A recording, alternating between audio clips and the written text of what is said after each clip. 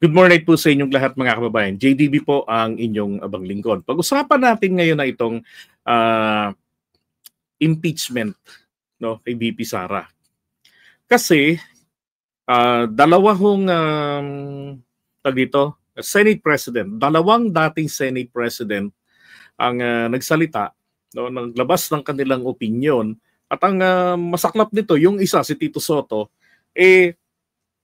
mukhang ito po ang pagkakaisahan kasama ng mga pro-administration at ng mga pro-Duterte na gawing Senate President.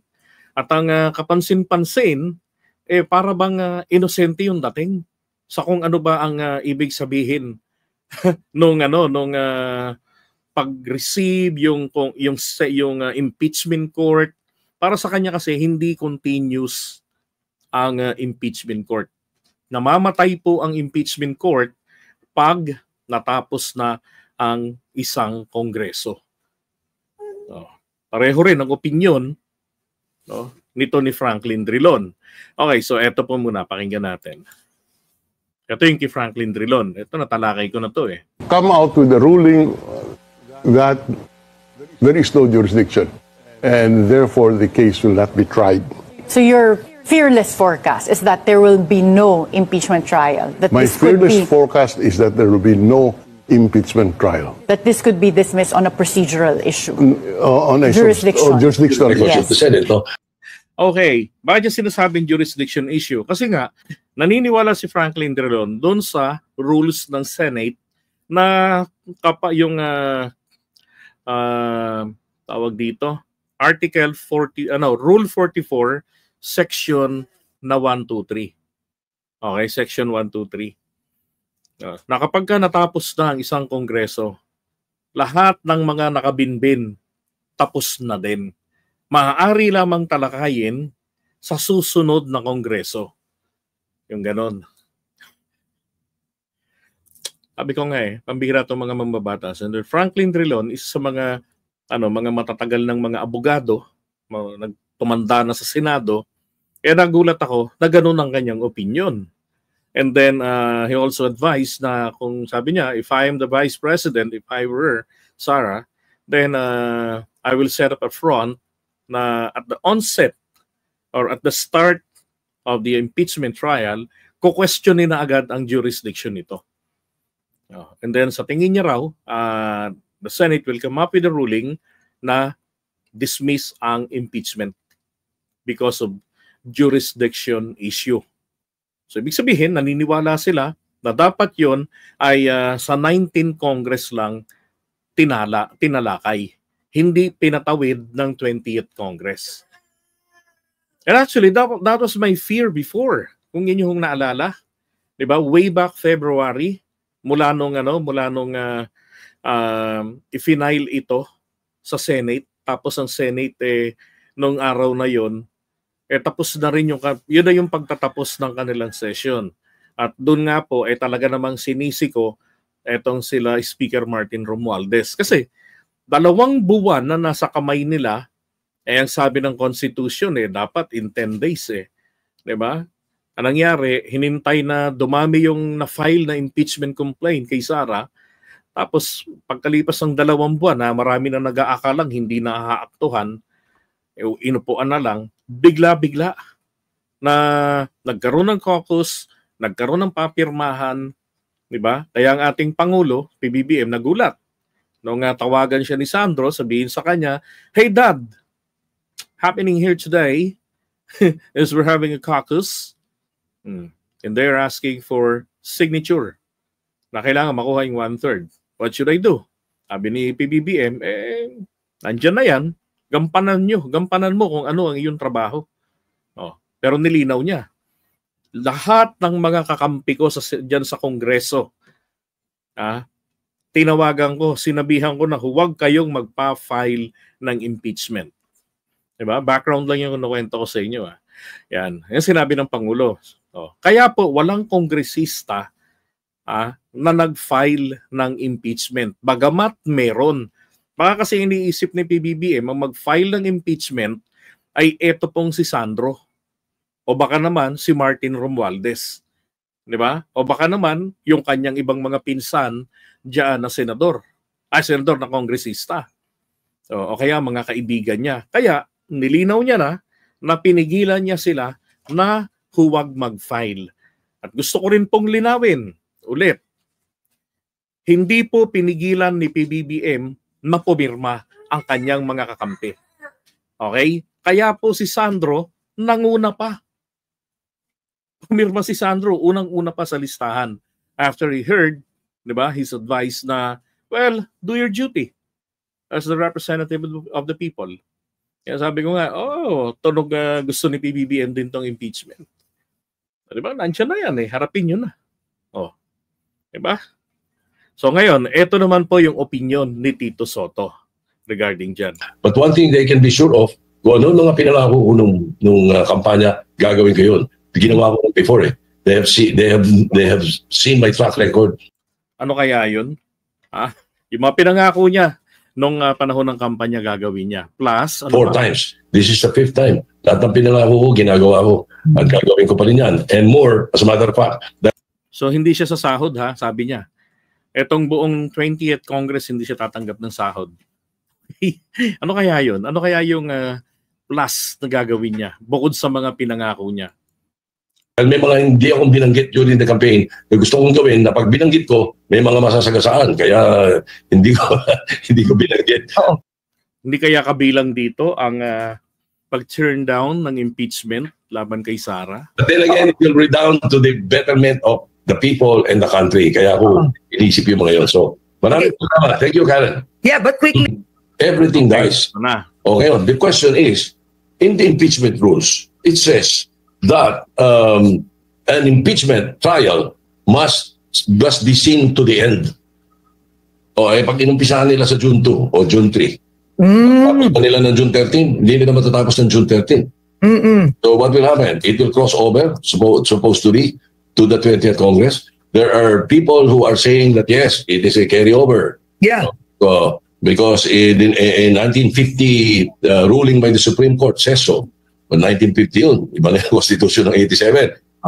In the last Congress, there was a Supreme Court decision on the Balag versus Senate issue. Yes. That says na pag natapos ang term, pag nag-adjourn si NIDE, tapos lahat.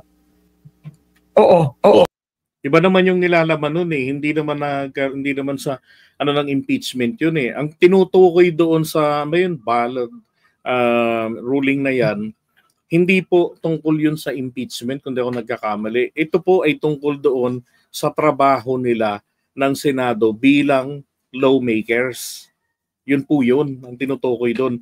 Kaya nga kung di ako nagkakamali, nagkaroon po ng panghihinayang dyan na paano naman itong mga umabot na ng third reading.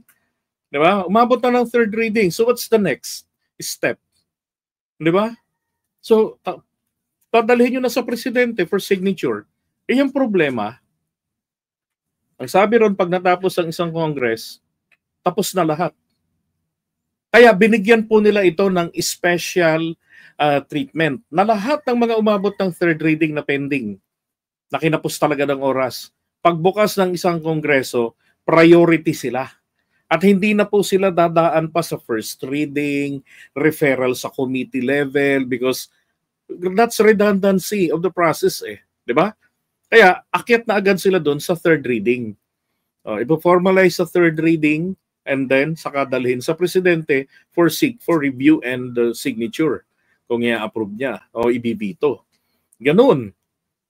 Kasi nga yung article yung Rule 44 not Rule 44 sa impeachment court 'yon. Yung rule mismo diyan sa Constitution natin na sinasabi nga kapag natapos na yung isang kongreso, tapos na rin lahat ng mga nakabinbin. Pero ibang impeachment So, what does that mean? That means the impeachment dies after June 13. Okay. Do we carry it over in the following Congress? So sabi niya, ibig sabihin, kapag natapos na yung June 13, then hindi na yan po pwedeng tumawid pa sa July. Hindi na pwedeng umabot pa ng July. Yun ang sinasabi niya. Yeah. So I want to ask you about that. Let's talk about that further for the public to understand. Election lawyer attorney Romy Macalintal. Si Romy Macalintal, napanood ko yung buong video niyan, meron siyang disclaimer na hindi siya dapat na ikot sapagkat hindi naman siya eksperto pagdating dito sa political law. Eksperto siya pagdating po bilang election, diba? Election lawyer siya. Doon siya expert. Alam niyo, pagka ganyan dapat yung mga abogado, pagka hindi ho nila forte, huwag na nilang panghimasukan. Diba? Mag-decline na sila. Kasi ano bang sasabihin nila? Sasablay rin pala sila. Tapos sasabihin nila, guys, take note. I'm not, this is not my expertise. Diba? I don't have mastery about this. So, what I'm giving you is just only based on my opinion. Diba? So hindi ho tama yung ganun. Hindi kasi ho porket abogado, alam na ho ang lahat ng bagay sa batas. Hindi naman po ganun. Marami rin po silang hindi nalalaman. Kundi mga malaman man, basic lang. Pero yung mga advance, diba, hindi nila kabisado. Tapos yun yung kanilang kinukult dito ni Karen Devela. So wrote, and I think he spoke about that, and he cited itong Rule 44 of the Senate. So I'm going to repeat it for the audience. So Rule 44 of the Senate states that all pending matters, what you've mentioned, and proceedings die with the adjournment or termination of Congress. So he says this means the incoming Senate, which convenes after June 30, cannot simply resume the impeachment trial now. Okay, so ito po yung sinasabi niya . Ayan o. Sabi dito, unfinished business at the end of the session shall be taken up at the next session. Okay, and then in the same status. All pending matters, the second paragraph, all pending matters and proceedings shall terminate, okay, upon the expiration of one Congress, but may be taken by the succeeding Congress as if presented for the first time. Yun. So ito yung kanilang dito sila naguguluhan, sabi ko nga sa inyo nagkakaroon ng maraming opinion sa isang provision. Kanya-kanya ng opinion. So sa kanila na mga ayaw ituloy ang impeachment, obviously, sinasabi po nila, sabi sa second paragraph, lahat ng mga pending down, mga bagay-bagay ng mga proceedings, lahat po yan tapos na pagkatapos ng isang kongreso. Pero maaaring talakayin sa susunod pa na kongreso. And then back to square one, ang sabi. Diba? So ito yung pinag-uusapan nila. Does Rule 44 of the Senate, does that go above the constitutional duty for impeachment that you hold certain officials accountable? Kasi, di ba, it is sui generis, ang sabi nga nila. So, paano yun, Tito Sen? That is precisely the what I'm saying. There are two conflicting rules. But which one shall prevail? Yun ang pinag-uusapan dyan because part 3 of the impeachment rules shall continue. Naman, yun namang section 1, 2, 3 of the rules of the Senate, and you read part of it. The Senate terminate upon expiration of the Congress. Yeah. Okay. Oo. Tumigil kayo. So, sinasabi ron sa rule na binanggit ni Soto, shall continue. Di ba? Conflict daw. Na sinasabi naman dun sa Rule 44, mga kababayan, yung Rule 44 po, patungkol po ito doon sa kanilang trabaho bilang mga mambabatas. No, marami naman na nga ho nagpaliwanag dyan. Ganito po kasi yan tawag dyan. Teka ha, pakita ko lang sa inyo to. Oops, alis muna. Okay, so ito. So under po rito ng Articles 11, Accountability of Public Officers, Section 3, House of Representatives shall have the exclusive power to initiate all cases of impeachment. All right, which shall be included in order of business within 10 session days and Ito pang within 10 session days, nilabag po yan ng Kongreso and referred to the proper committee within 3 session days thereafter. The committee, ito yung sinasabi po ni ni Marcoleta, mali yung proseso nyo. Hindi nyo na dinaan pa dyan sa committee level. Para sa committee level, nag-conduct ng mga ng mga investigations din nila. And then kung ano yung kanilang findings, then yung findings nila ay pagbobotohan ito ng committee member. Okay? Sabi rito, and referred to the proper committee within 3 session days thereafter, the committee, after hearing and by a majority vote of all its members, shall submit its report to the House within 60 session days from such referral, together with the corresponding resolution. The resolution shall be calendared for consideration by the House within 10 session days from receipt thereof. Ito pa. A vote of at least 1/3 of all members of the House shall be necessary to either affirm a favorable resolution with the article of impeachment of the committee, o kaya naman daw po i-override. Halimbawa, yung ibig sabihin nitong mayor, override its contrary resolution. Pag sinabing contrary, ibig sabihin po, ang committee na pagdesisyonan nila na huwag ituloy ang impeachment. Walang basihan.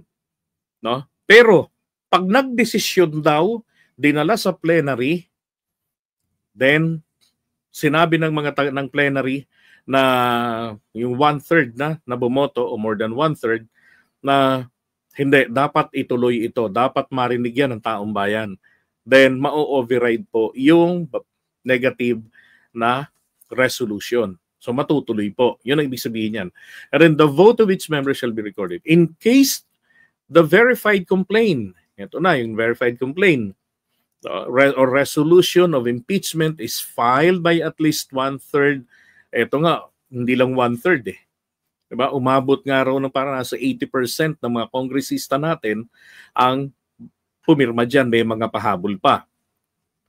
Now, 1/3 of all the members of the House, the same shall constitute the articles of impeachment. Ito na.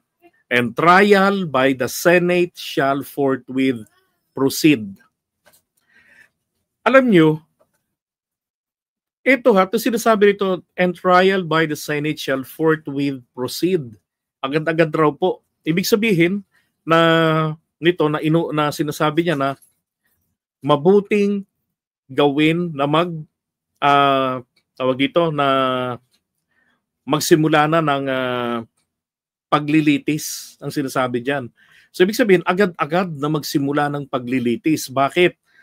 Kasi po in no time, upon receipt of the articles of impeachment ng Senate, kino-convert na nito, binubuhay nito yung isang pagkatao because the Senate has 2 different personalities. Yung isang personality dito ay, ito po ay nagigisilang impeachment court pag natanggap na nila yung articles of impeachment.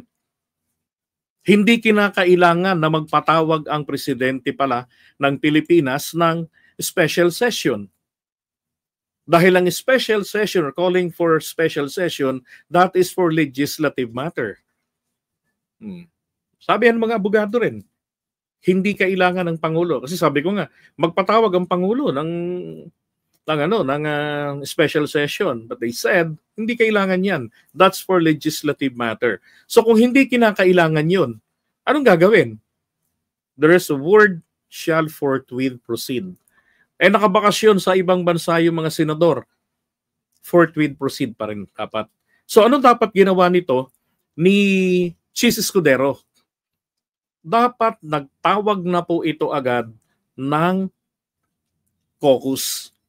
Na magsibalik kayo rito kasi na-receive na natin itong articles of impeachment at ora-orada, impeachment court na tayo. So kailangan na nating mag-convene as an impeachment court, manumpa tayo, get your robes ready, di ba? Tapos yung entry of appearance ng mga prosecutors from the House. Tapos padalhan na natin ng mga summons, mga supina, no, kung anong dapat ipadala dun sa mga akusado. Yun po ang ibig sabihin nito. Kaya nga wala pong nilagay dito na katulad dun sa nakikita ninyo na may palugit na 10 days, 3 session days thereafter, di ba? Kaya walang ganon. Kasi, ang sinasabi po ng ating Constitution ay agad-agad ito. Kumbaga, automatic na binuhay nito ang Senado, yung isang personality niya na bilang isang Senate Impeachment Court. At yung mga senador ay hindi po basta senador lang. Sila po ay automatically mga judges na dyan po. Ngayon, ang tanong, paano kung na-receive ito ng masyadong late? Like the current situation. Diba? Paano yan?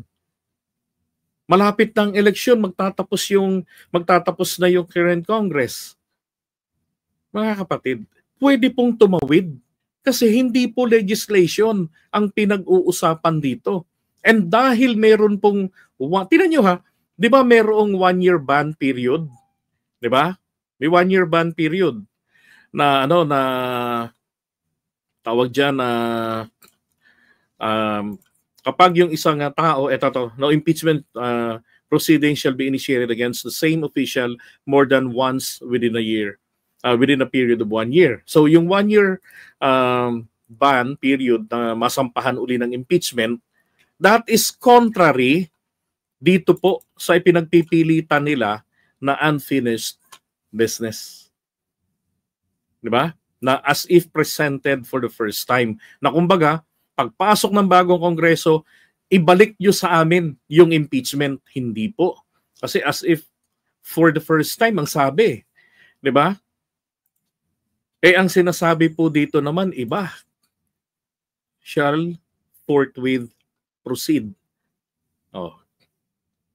Diba? So kinakailangan talaga na kapag ka natapos ang isang kongreso, tatawid po ito. Tanong ko lang sa inyo, kapag namatay ba ang isang judge, halimbawa, yung kasong ng paglilitis dito kay kaso ng paglilitis dito kay Kibuloy kunwari, namatay yung judge.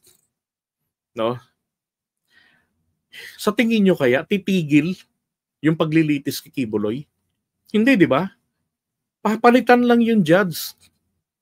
Tapos ang gagawin po ng judge, babasahin niya yung bagong judge. Babasahin niya yung minutes. Pakikinggan niya yung mga recordings. Pag-aaralan niyang maigi. Ibig sabihin po, dahil korte na po ang ating Senado, mawawala man yung mga natalong kongresista, yung mga graduate from the 19th Congress, yung papalit sa kanila, ganun lang din ang gagawin nila. Susundan lang din nila yung proseso na yan. Pag-aaralan nila. Because being judges, they can decide based on, di ba, on material na yung mga material sa mga naitabi na mga ebidensya, hindi nga nila kailangan nandyan palagi. Hindi nila kailangan eh. Kaya nga kung natuloy ito sana at tinamaan ng eleksyon, di ba, pwede silang mangampanya and then meron silang staff na magre-receive ng mga dokumento and then kapag pahinga, pag-aaralan nila. Ano ba yung nangyari na rin sa impeachment court? Oh. Kasi ang importanteng nandun yung presiding judge. Hindi po kinakailangan na mapatigil-tigil yan nang dahil po sa iba't ibang mga circumstances. Diba? Dahil nga sa 1-year ban period, yan po ang magiging yan po ang babangga doon sa pag natapos na yung 1-year ban period, tapos ibabalik mo ito sa kanila, hindi, kakailanganin mo uling hintayin yung 1-year ban period. Kailan pa yun? 'Di ba? Pagkatapos pa kung kailan ito nila na-receive. Kung kailan ito na-file doon sa Kongreso.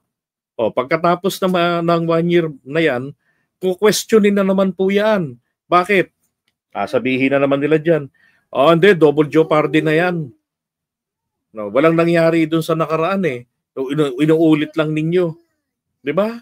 Dapat mag-raise kayo ng panibagong ebidensya. Ang problema, 7 articles of impeachment yan.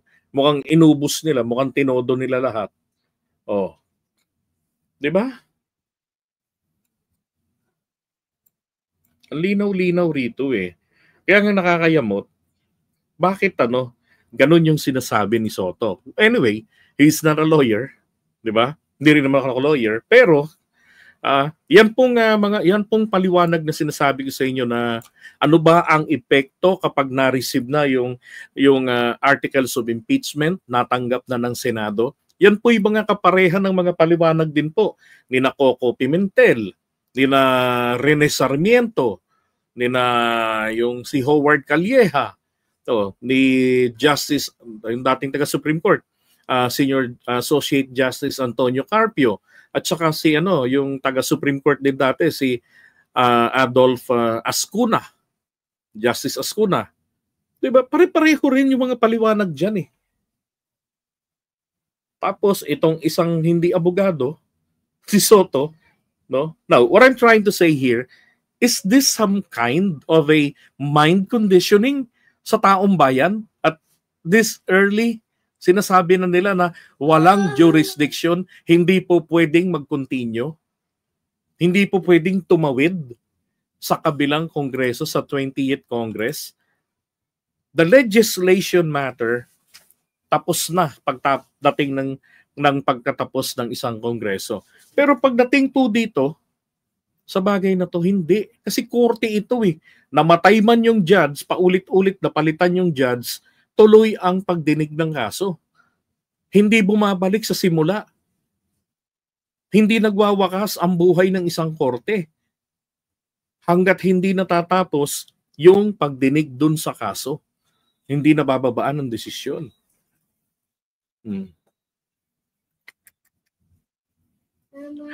Alright, so tuloy natin. So if you were Senate President in the 20th Congress, if hypothetical, what would you do? Would you ask your colleagues to take a vote? Because Makalintal says the Constitution explicitly prohibits the filing of more than one impeachment case against the same official within a one-year period, right? He considers it a revival if the 20th Congress tackles the impeachment. He says it's considered as new. What are your thoughts on that, Tito Sem? What should the senators of the 20th Congress do? Because for sure, Senator Amy Marcos will bring that up. The Sara Duterte supporters will bring that up. Well, the best is for the Senate to decide. Are you talking about the 19th or the 20th Congress? Because if you talk about the 19th Congress, sa akin, well, hindsight is always the best. Hindsight.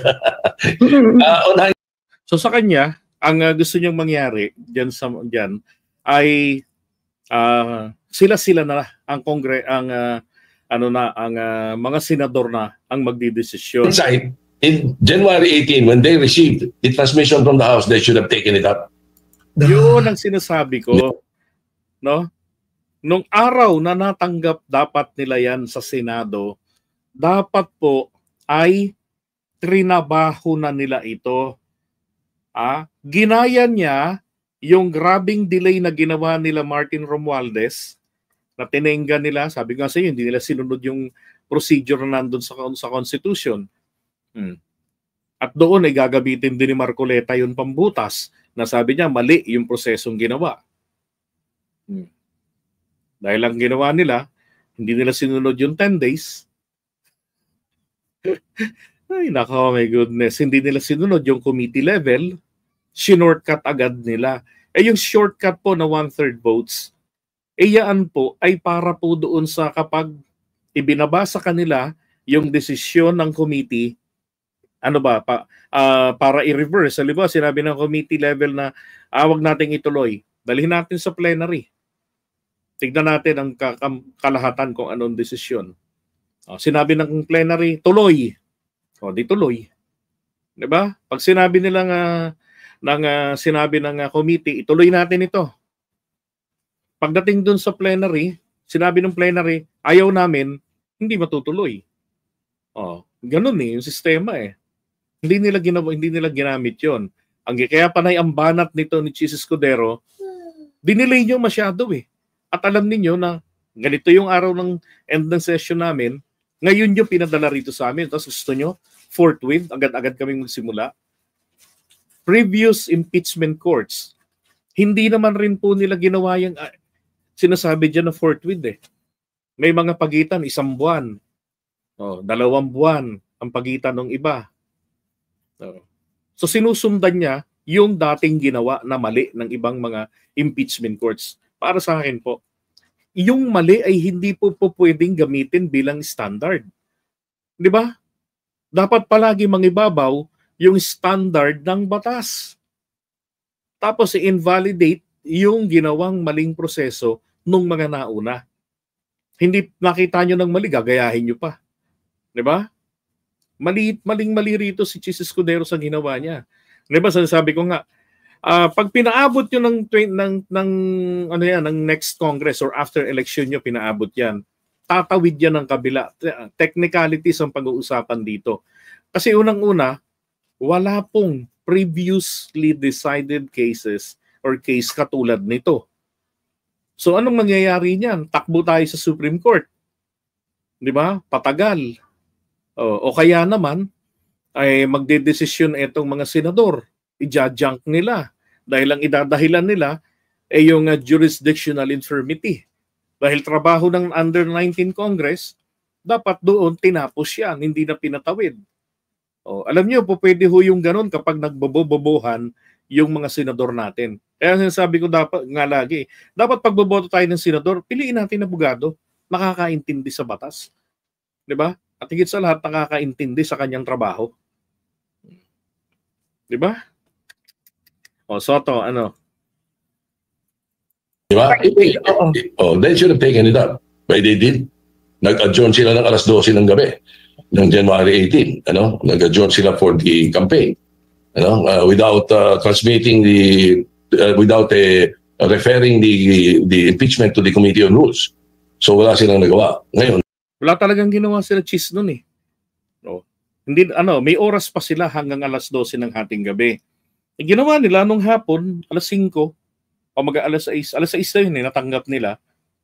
Aba, nag-uwian na rin yung mga senador.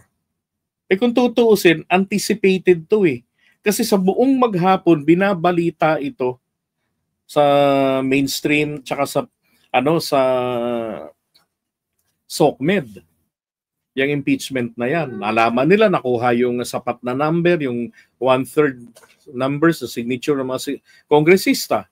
Alam nila at any time, mapo-forward sa kanila. Akatawiran ni Chis doon. Hindi naman yan nakakalendar Bubo ka ba? Paano makakalendar? Unprecedented nga yan. Di ba? Hindi nga expected yan na mangyayari Bigla na lang nung araw na yan, biglang sumambulat yung yung pagpapapirma nila. At nagsabi na rin na anytime within the day, dadalhin doon. Kahit po abuti ng mga senador natin ng hating gabi, dapat po inaksyonan nila ito.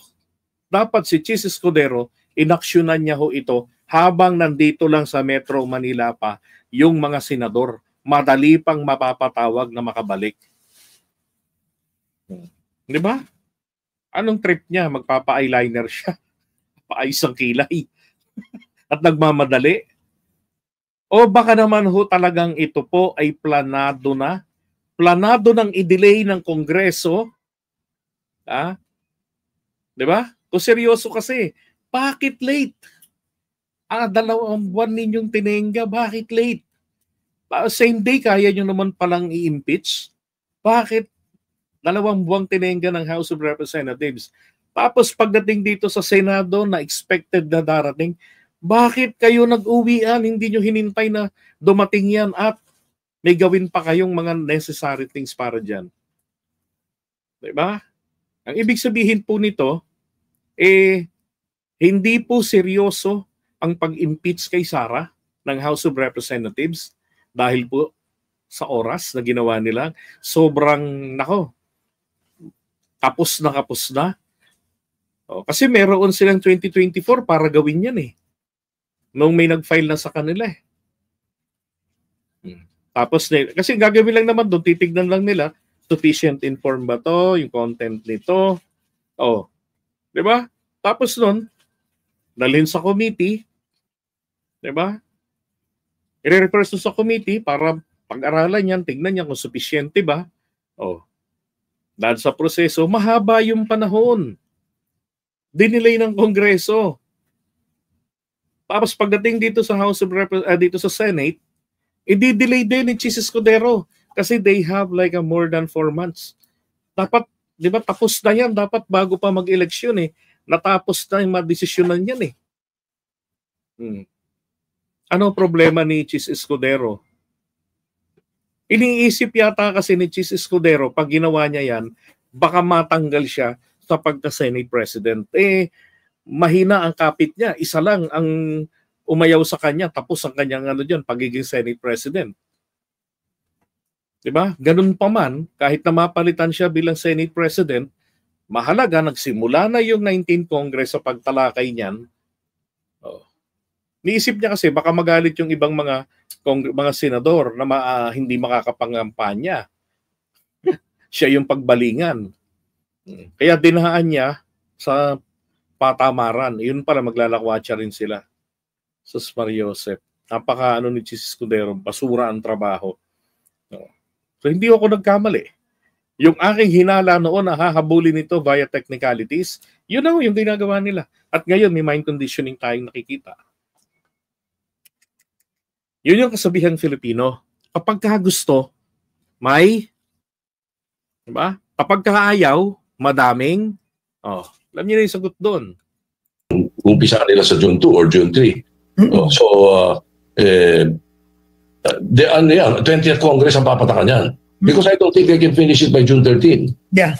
So, the bottom line, well, let the senators decide. So, what you're saying is, if I'm hearing you, because Senate President Escudero, by the start of June 2, they will convene as an impeachment court, right? Hindi tapos. Most probably. Pag pumasok na kayo, 20th Congress, you believe, Tito Sen, kasi una magbobotohan eh. Pagbobotohan ng Senate President, right? Usually, yes. Usually. So, posibleng magbago mismo, I mean, the Senate President, essentially, you lead the impeachment court, right? The presiding officer. So it's the Senate President. So are you saying that the Senate President, if it is no longer, kasi yan ang tanong, if it's Senate President Chis Escudero, he can decide to continue, pero kung bago, can the new set of senators ask that they take a vote? Is that possible at that point? Yes, that's possible. And the Senate President, whoever he is, cannot decide. Yeah. That should never be done. Mali yun. Kung ginagawa nila yun, mali yun. Yun ang problema. Di ba? Wala ni isa sa mga senador natin ang kumontra kay Boy Kilay. Bakit? Bakit? Kasi, parang ang may kumontra po, Risa Ontiveros pala, in fairness, at saka si Coco Pimentel. Dalawa ang kumontra. And what about the rest? Di ba? What about the rest? Maliban dun sa dalawa na opposition, lahat po sila may connivance again from the House of Representatives. Hindi ako naniniwala na seryoso sila sa ginawa nilang pag-impeach kay Sara. Ginulo lang nila ang Pilipinas. Tapos may nababalitaan tayo na nadudulas sa pagsasalita sa kampanya katulad ni Mitch Kahayon. Ng congresswoman ng 2nd District. Talo yun ng Caloocan City. Pumirma siya kasi iipitin ng budget niya. Tapos ano sabi ni Toby Chanco? Ipinangako nila ng mga nasa House leadership ang budget.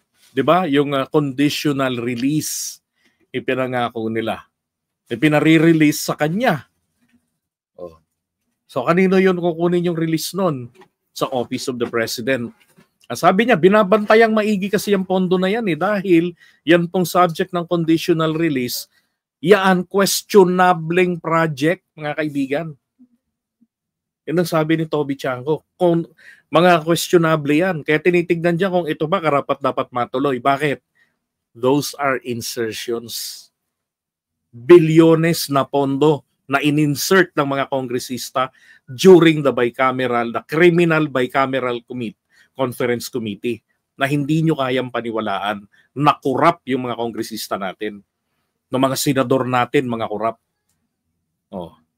Di ba mismong si PBBM, iritang-irita siya na yung budget niya, nung pirmahan niya, hindi niya na makita, hindi niya na makilala. Hindi na ito. Iba na ang itsura ng budget ko.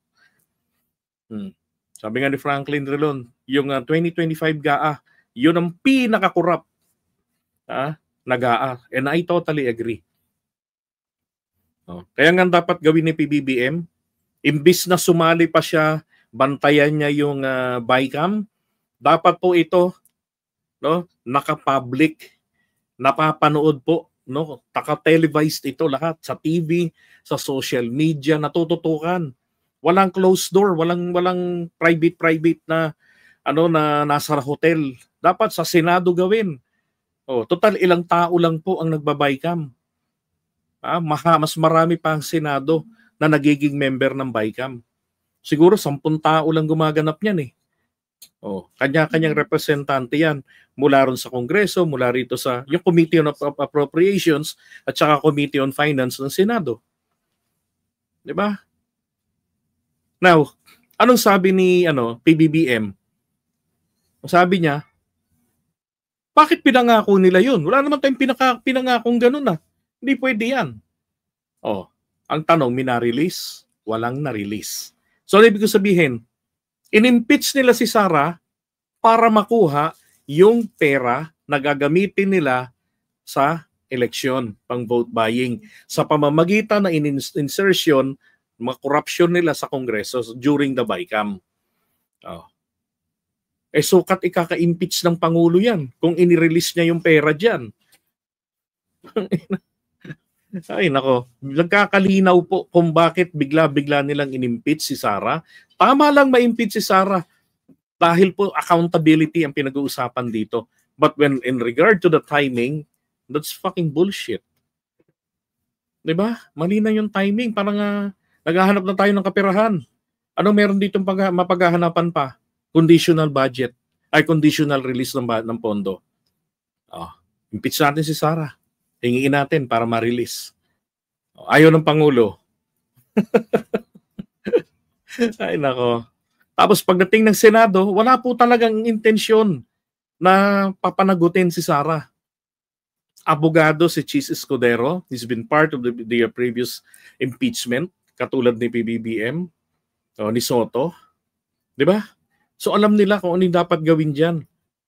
At alam nila na dapat continuous yan. Bakit ngayon tahimik si Chis Escudero? Hindi ba dati panay ang live niyan? Ang bumabanat sa kanya yung mga abogado, yung mga dating mga taga-Supreme Court. Yun ang pinapatulan niya, sinasagot niya. Pinagigiita niya yung definition niya ng forthwith. Ay nako. It's always the Senate who must decide. Like for example, the impeachment court, marami nagsasabi niyan, importante yung impeachment, yung presiding officer. Presiding officer lang yun. Tingnan nilang mabuting impeachment. Basahin nilang mabuti, intindihin nila. The impeachment court is the court, not the Senate President. He is merely the presiding officer. He must have a very good mastery of parliamentary rules and procedures, a very good knowledge of the rules of court. Yes, that's about it. But everything is decided by the court. It should never be the Senate President alone who decides. That should never be done. So the members of the Senate in the 20th Congress must stand up and discuss this. Now, given that you are co-equal branches of government, if this is brought before the Supreme Court, questioning, right, the crossover, because because in the United States, the impeachment court of Bill Clinton. Okay. Since nabanggit yung United States, yung impeachment ni Bill Clinton, kapag ang ganito yung justice system natin, since naka-pattern tayo sa Amerika, kinikilala rin ng Pilipinas yung mga jurisprudence nila. Kapag wala silang, ang hierarchy ganito eh. Titignan mo na meron na ba tayong, yung batas ba natin ay malinaw yung sinasabi. Kapag malabo, ang gagawin nila, hahanapin nila na itong batas na ito meron na bang desisyong nangyari. Wala pa. So, hahanap sila ng mga kapareho natin na applicable sa tingin nila. So, titignan nila ang US presidents. Sa US nagkaroon ng impeachment. Tumawid rin. Tumawid rin. Ganon. Ginagaya natin yun sinusundan natin Yan naman ang sagot ni Soto. Cross to Congresses. So that's a defense of the House prosecutors to justices as well. Nagpalit ang Kongreso in the US, tinuloy. But one can argue, iba naman yon, right? Iba ang batas doon, iba ang rules doon. Correct. Iba. Saka, if I'm not mistaken, the crossover na, pero di naman nila tinuloy. It doesn't matter kung itinuloy nila o hindi. Diba? Ang importante doon na nakapag-crossover naman. Ibig sabihin, from previous Congress to the next Congress, naitawid nila. Kaya lang, hindi nga nila tinuloy. Pero alam ko nagkaroon ng impeachment trial talaga doon Now, so ibig bang sabihin ito, hindi na rin tutuloy pag lumipat na sa kanila. Sisimulan yan June 2, pagtawid sa kanila ng July. if the Supreme Court makes a decision, hypothetical to, and says you need to continue, does that take precedence over the Senate being a co-equal branch, or the Supreme Court has no say? Very good question. That is a very good question. I have not thought of that. Susundin ba namin ng Supreme Court o hindi? Yan ang tanong doon. You are co-equal. No, wait. The Senate may pwedeng unahan ng Senate ang Supreme Court. Pwedeng unahan ng Senate. On day 1, July 28, nag-convene ang Senate. Somebody stands up and discusses it. Talks about it. So, do you think by July 28 may decision na Supreme Court dyan? Wala pa. Alam mo, humingi pa ng humingi ng comment from us or from the Senate, from the House. Di ba? Ganyan pa yun itong pangunahan ng Senado. July 28, di-discuss na kagad ng Senado. Sabi ng Senado, hindi kami continuing. Ayun. Tapos. Di ba? Pwedeng ganun Depends on the members of the Senate. Di ba? So, because mayroong possibility na, di ba sabi nga ni Marcoleta, debate muna tayo kung matutuloy. So, ibig sabihin niya doon, puputulin ang impeachment trial. Magkakaroon ng, gaya ng sinasabi ni Franklin Drilon, nakikita niya magkakaroon ng impeachment complaint, nandyan yan, magsisimula ang impeachment proceedings, diba? Papasok yung mga senador, manunumpa, yung mga kongresista from House of Representatives, mga prosecutors, mag-enter ng appearance nila. Pagkatapos nito, pagtawid ng 20th Congress, kukwestiyonin na nila ang jurisdiction. Kukwestiyonin na rin naman ni Marcoleta yung procedure, tama bang ginawa nyo? Kumbaga, parang co-warrant to. Kukwestiyonin yung legalidad. Yung legitimacy, not the legality only, but the legitimacy ng proseso paano nyo in-impeach yung tao.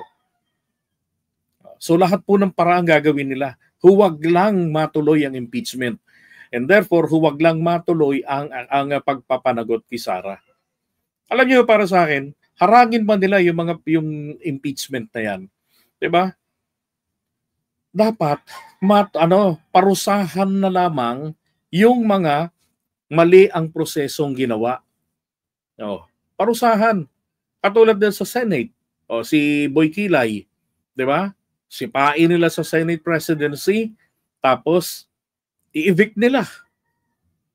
Dahil po sa hindi niya ginampanan, dereliction of duty po 'yan. Yang ginawa ni Boy Kilay. 'Di ba tama? That's dereliction of duty. Hindi niya ginampanan yung kanyang trabaho. Maliwanag sana nakikita ko maliwanag po yung sabwata na ginawa rito para hindi po matuloy ang impeachment. Kasi kung totoong tuluyan, nako, last year pa, nagsimula na yan. It's not, Sinunod ang proseso. In 10 days, nakakalendar na, di ba? Na-refer na roon sa committee level, hindi eh. Inupuan eh. Pagdating sa Senado, may time pa rin, di ba? 4 na buwan mahigit, hindi pa rin ginawa. it is not the Senate President alone. Okay. Now, my last question is this: you were there for the impeachment trial of Estrada and Corona. Yes. It's a political exercise in the end, right? It's a political exercise. Which we learned in the second impeachment. Yes. In the first impeachment, we were tied down to the rules of court. Oo. Ang tanong ko, because when I interview the House prosecutors in the end, they talk about, of course, that this is an accountability measure, right? It is an accountability measure for people in higher office, officials in higher office. And at the end of the day, you have a vice president who refuses to explain how she spent her confidential funds. Will that matter to the senators? Dapat it does. It depends on the prosecution and how they will present it. Is that a violation of the rules? Is that has she violated any rule of the Senate or the Constitution? Kasi ang mga charges na sa Constitution, remember, betrayal of public. Yes, yeah. Huling-huli si Soto no? Maliwanag lang sa sinasabi ni Soto, he is not interested na malaman pa ng taong bayan ang mga ebidensya ng prosecution panel.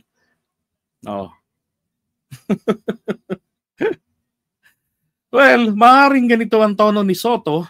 Alam niyo, si Soto, isa ho ito sa mga matandang aso na sa politika. Diba? Kaya nga sabi niya rin sa simula kanina meron siya mga ipinangako at meron nung nakaraang kampanya at meron din naman na gusto niyang gawin na hindi niya po sinabi. 'Di ba? Sabi ni Soto, ito 'yun, Teka, pagtasin rin. Jurisdiction. Ginawa ko before They have seen my track record 4 times. This is the 5th time. Lahat ng pinangako ko, ginagawa ko. At gagawin ko pa rin yan. And more, as a matter of fact, dahil may mga hindi akong binanggit during the campaign na gusto kong gawin na pag binanggit ko, may mga masasagasaan. Kaya hindi ko binanggit. But then again, it will redound to the betterment of the people and the country. Kaya ako inisip yung mga yun. So, palagay ko tinutukoy niya doon pag turn down sa impeachment. So mga kababayan, maging si Chis Escudero ang Senate President, maging si Soto ang Senate President o magpipreside sa impeachment ni Sara, nako po, malabo ho tayong makakuha ng hustisya. Ito lang ang gusto ko ritong mangyari ay huwag naman sana nilang pigilan. Pairalin po nila na mas mabigat ang accountability. 'Di ba? Na itong mga taong gobyerno, answerable sila sa mga mamamayan na naghalal sa kanila. Hindi po sa kung anong punyetang mga technicalities. Ginagahagong taong bayan ng mga 'to 'Di ba? Ngayon, tanong nga rito, kapag ang Korte Suprema pwede bang mag-intervene dito? Well, ang sagot po rito, hindi. Hindi pwede mag-intervene. Ang pwede lamang pong mangyari dito ay kung ano yung justiciable na halimbawa sinunod ba ng impeachment court, wala bang pagmamalabis sa kanilang kapangyarihan. Palagay ko ho, pag gano'n ang ginawa nitong mga senador natin na dinaan na lamang sa technicalities, moro-moro, kesa sa pairalin yung accountability, palagay ko dapat ang Korte Suprema magsalita diyan. 'Di ba? Dapat agad-agad pagkabigay ng petition sa kanila, magsalita sila na dapat mas matimbang kasi nga sabi public office is a public trust. 'Di ba? Yun ang dapat na gawin ng ating Korte Suprema diyan.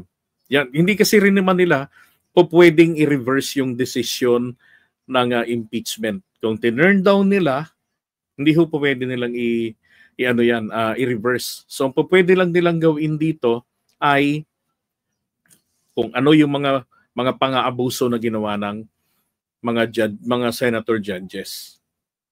Pero sa atin, taong bayan, ang mahalaga, ang dapat after na tayo rito, ang malaman natin kung ano yung mga ebidensya. Diba? From attorney, Supreme Court does not have the power to stop an impeachment. That's correct. Wala naman siyang kapangyarihan eh. Kaya nga, separate yan eh. Diba? Co-equal branches of the government. Ang legislative at ang judiciary. Pero, ang pwede naman po nilang mapakialaman dito is yung tawag dito, yung sinasabi nga justiciable na mga issues na nag-arise doon po during the impeachment.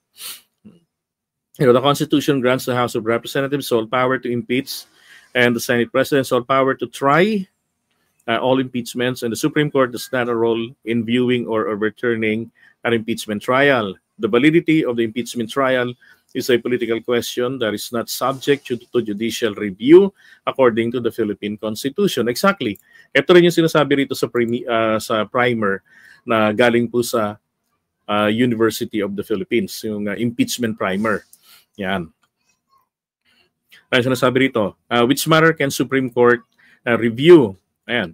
The court's power of judicial review extends over justiciable issues arising in impeachment proceedings such as compliance with the impeachment procedure in the Constitution. Yan ang isang bagay na dapat linawin ng Korte Suprema natin na continuous pa dapat o hindi. Yan ang dapat. Yung sinasabi ni Soto, unahan na natin ng Korte Suprema. Di ba? Palagay ko kapag ganon. Depende na yan sa makikita dyan na ba't nyo inunahan. Di ba? Unang-una, ba't pa kayo dumulog? Tapos pagdating sa isang parte na hindi nyo magugustuhan, unahan nyo na. Di ba? Nakikita ko rito, gusto lang talaga nilang i-junk yung impeachment eh. Ay nako, ano ba to? Nakakuha si PBBM ng kandidatong basura.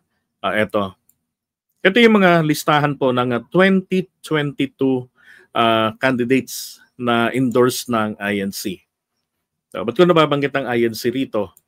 Baka ho kasi alam nyo naman na tumatanaw ng utang na loob at naghahangad ng another endorsement, di ba? Para easy votes na naman, easy win na naman sa kanila sa 2028.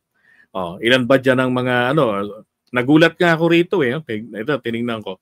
Si Alan Cayetano, JV Ejercito, Cheese Escudero, kaya naman pala ang demonyo. Di ba? Ganun ang ginawa na lang na definition nito. No. In-endorse sila si Jinggoy, si Loren Legarda, at si Robin Padilla, Joel Villanueva, Mark Villar, and then si Mig Zubiri. Di ba? So malamang naghahangad din ng endorsement si Cheese. Dapat hindi nyo i-endorso yan. Bakit? Kasi sa bagay. Sa atin, gusto nating malaman ang katotohanan. Sa kanila, kampihan. Yun ang problemang malaki rito. Diba? Magtakipan na lang. Ganun ang mangyayari na gusto nila. In the guise of magkakagulo kasi. Nakulong na nga si Duterte, hindi nga nagkagulo. Hindi nga nagkagyera. Diba?